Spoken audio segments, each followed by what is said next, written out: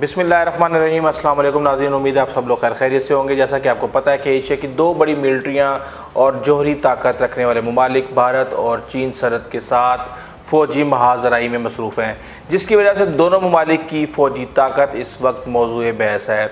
इस वक्त भारत पूरी कोशिश कर रहा है कि चाहे वो फ्रांस से राफेल ले, चाहे वो अमेरिका से डिफरेंट किस्म के मिज़ाइल्स ले, चाहे वो इसराइल से एंटी एयर डिफेंस सिस्टम ले, चाहे वो रूस से जेट तैयारे ले या दूसरा एमुनेशन ले, वो हर जगह से हर तरह का असला ख़रीद रहा है और अपनी इन्वेंट्री को इम्प्रूव करने की कोशिश कर रहा है। दोनों ममालिक की फ़ौजों ने हाल ही में एक जो है ना खूनी तसादुम हमने देखने में आया, जिसके अंदर सिर्फ़ और सिर्फ बग़ैर असले के डंडों और राडों से ही जो है ना हिंदुस्तान के 20 फ़ौजी मारे गए, जबकि चीन ने अपने जितनी भी उनकी कैजुअल्टीज़ थी उनको अनाउंस नहीं किया। फ़ौजी ताकत के जो तज्जियाती दादोशुमार हैं वो ये कहते हैं कि जी एक बहुत बड़ी फर्म है online portal global fire power के मुताबिक चीनी अफवाज और फ़ौजी हथियारों की तादाद के लिहाज से चीन को हिंदुस्तान पर बरतरी हासिल है। लेकिन ये कितनी बरतरी है? दोनों ममालिक के मुआवजे से ज़ाहिर होता है कि चीन का सालाना दिफाई बजट जो कि ऑफिशियली अनाउंस होता है वो $179 बिलियन है, जबकि डिफरेंट जो मिलिट्री जो ऑब्जर्वर्स हैं वो ये कहते हैं कि इसका बजट कम अज़ कम $264 अरब से ज़्यादा है। चीन अमेरिका के बाद सबसे ज़्यादा मिलिट्री बजट रखने वाला मुल्क है, जबकि भारत का मिलिट्री बजट $67 अरब के करीब है। जहां तक दोनों ममालिकों की मईशतों का ताल्लुक है तो चीन की जीडीपी जो है वो 14.14 ट्रिलियन डॉलर, जबकि हिंदुस्तान की 2.94 खरब डॉलर के करीब है। ताहम हार्वर्ड कैनेडी स्कूल में बेल्फर centre for science and international affairs के मुताबिक जिसमें कहा गया है कि हिंदुस्तान को रवायती तौर पर कुछ कन्वेंशनल एडवांटेजेस हासिल हैं जो चीनी ख़तरे और हमलों से इसकी वल्नरेबिलिटी को कम करते हैं। बेसिकली जितने भी अमेरिकन इंस्टीट्यूट होंगे, जितने भी ब्रिटिश इंस्टीट्यूट होंगे, जितने भी यूरोपियन इंस्टीट्यूट होंगे, वो हमेशा जो है ना चाइना को कमतर साबित करने की कोशिश करेंगे और अपने जितने भी उनके नाम नहाद इत्तेहाद दिए जिस तरह भारत है उसको वो कहेंगे कि किसी न किसी लिहाज से वो बेहतर है। क्या वो कहते हैं?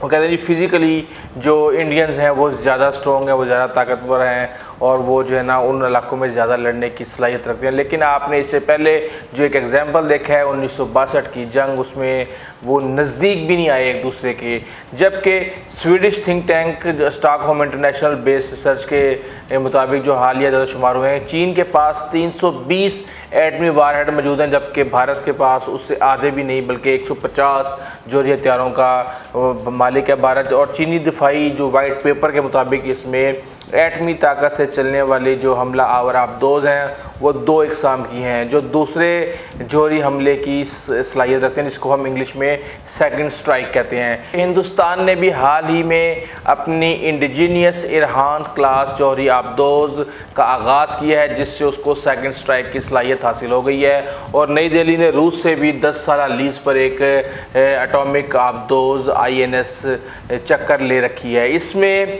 इस वक्त चीन के पास तकरीबन 21,83,000 फ़ौजियों की ताकत मौजूद है, जबकि भारत के पास 14,44,000 फ़ौजियों की ताकत मौजूद है। भारत के पास 2,000 कॉम्बैट एयरक्राफ्ट हैं, जबकि चीन के पास 3,210 कॉम्बैट एयरक्राफ्ट मौजूद हैं। बहरी जहाज़ों की बात की जाए तो 42 भारत के पास, जबकि 138 चीन के पास मौजूद हैं। और जौहरी हथियारों की तादाद मैं आपको बता चुका हूँ कि भारत के पास 150 और चीन के पास 320 हैं। अगर ज़्यादा से ज़्यादा रेंज मिसाइलों की बात की जाए तो भारत के पास 5,000 किलोमीटर रेंज का अग्नि 5 मौजूद है, जबकि चीन के पास इससे डबल यानी 10,000 किलोमीटर से भी ज़्यादा रेंज का DF-41 मिसाइल मौजूद है। 4,292 टैंक भारत के पास मौजूद हैं, जबकि 3,500 टैंक चीन के पास मौजूद हैं। और अगर बात की जाए आर्मर्ड गाड़ियों की तो 8,686 आर्मर्ड गाड़ियां भारत के पास मौजूद हैं, जबकि 33,000 आर्मर्ड गाड़ियां चीन के पास मौजूद हैं। एक एयरक्राफ्ट कैरियर भारत के पास मौजूद है, जबकि 2 एयरक्राफ्ट कैरियर चीन के पास मौजूद हैं। और 16 सबमरीन भारत के पास हैं, जबकि चीन के पास 74 सब मरीन्स मौजूद हैं। जबकि आप इकोनॉमी में देखें तो कोई कंपैरिजन ही नहीं है। असल चीज़ होती है कि आपके पास रिसोर्सेज कितनी हैं।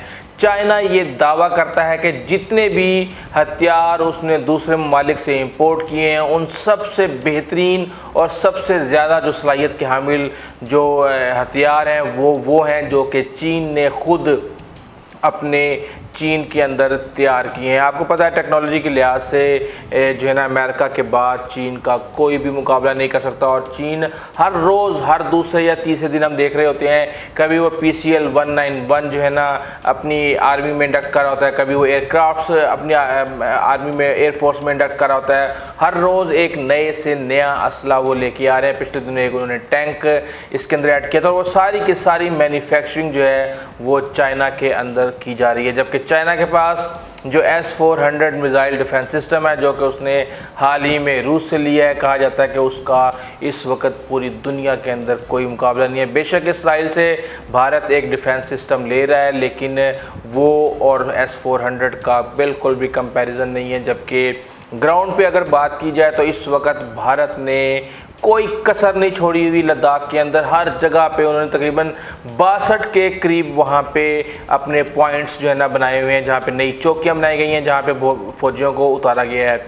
इस वक्त जो इनकी कमांड है लद्दाख की, वहाँ पे तकरीबन 2,25,000 फ़ौजी मौजूद हैं। आपको पता है कश्मीर में वैसे भी भारत बेतहाशा फ़ौजियों को रखता है, और वहाँ पे मज़लूम कश्मीरियों के ऊपर तशद्दुद करने के हवाले से ये इसका कोई सानी नहीं है। तो इस हवाले से कहा यह जा रहा है कि यहाँ पे भारत की जो मिलिट्री प्रेजेंस है वो बहुत ज़्यादा है, लेकिन अगर चीन की देखी जाए तो उनकी मोबिलिटी का कोई मुकाबला नहीं है, कोई मैच नहीं है। उन्होंने वहाँ पर कहा ही जाता है कि जी वहाँ पे बहुत कम मिलिट्री रिसोर्सेज हैं, लेकिन हमने ये देखा है कि उन्होंने रातों रात इंफ्रास्ट्रक्चर बिल्ड कर दिया, रातों रात वहाँ पे डैम बनाने की कोशिश की, रातों रात वहाँ पे सड़कें बना दी गई और कैंप्स लगा दिए गए, और पता नहीं क्या क्या बन गया। और वुहान से लेके यहाँ तक लद्दाख तक वो चंद घंटों में 3,500 किलोमीटर का सफ़र है, लेकिन उन्होंने अपने एयरक्राफ्ट कैरियर्स के थ्रू, अपनी बुलेट ट्रेन्स के थ्रू और जो दीगर उन्होंने इंफ्रास्ट्रक्चर वहाँ पे बिल्ड किया है, चंद घंटों के अंदर उन्होंने पूरी की पूरी अपनी रेजिमेंट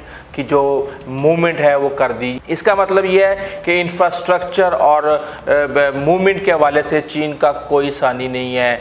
बात यह है कि इस वक्त जो देख रहे हैं हम ग्राउंड के ऊपर जितनी ज़्यादा मिलिट्री बिल्डअप हो चुका है दोनों साइडों से, मेरा नहीं ख्याल कि ये दोनों अब इस वक्त जंग की तरफ जाएंगे। दोनों इस बात पे जोर दे रहे हैं कि हमने पीसफुल सोल्यूशन निकालना है, हम नहीं चाहते कि भी किसी भी किस्म के हम तनाव में या जंग की तरफ जाएं। लेकिन हम भारत की तरफ से देख रहे हैं कि भारत में बहुत ज़्यादा एक आवाम के अंदर जंगी जुनून पैदा कर दिया गया है। उनकी ऐप्स पर पाबंदी लगाई जा रही है, वहाँ पर बेतहाशा माल जो कि पोर्ट्स पर आया हुआ है और उसके इंडियंस पैसे पे कर चुके हैं चाइनीज़ को, लेकिन वहाँ पे पोर्ट्स पे पड़ा हुआ वो सामान ख़राब हो रहा है, वहाँ पे प्रोडक्शन रुक चुकी है। लेकिन इंडिया अजीब किस्म के काम कर रहा है, अपने ही लोगों को वो नुकसान पहुँचा रहा है। बाहर इस वक्त सूरत हाल ये है, मेरी नज़र में ये अभी चीज़ें चलेंगी। इंडिया ने ये वाज़ह तौर पे कह दिया है अपनी फोर्सेस को कि जो भी हो हम 60 दिन के लिए यहाँ पर स्टे करेंगे। देखते हैं 60 दिन के बाद क्या होता है। बाहर ये सारी सूरत हाल है। अगर आपको हमारी वीडियो अच्छी लगी तो प्लीज़ आप हमारे चैनल को सब्सक्राइब कीजिएगा, बेल आइकन को प्रेस कीजिएगा। अपने दोस्तों जो कारोबार हमसायों का खास ख्याल रखिएगा। आइंदा तक इजाज़त दीजिए। अल्लाह हाफ़िज़।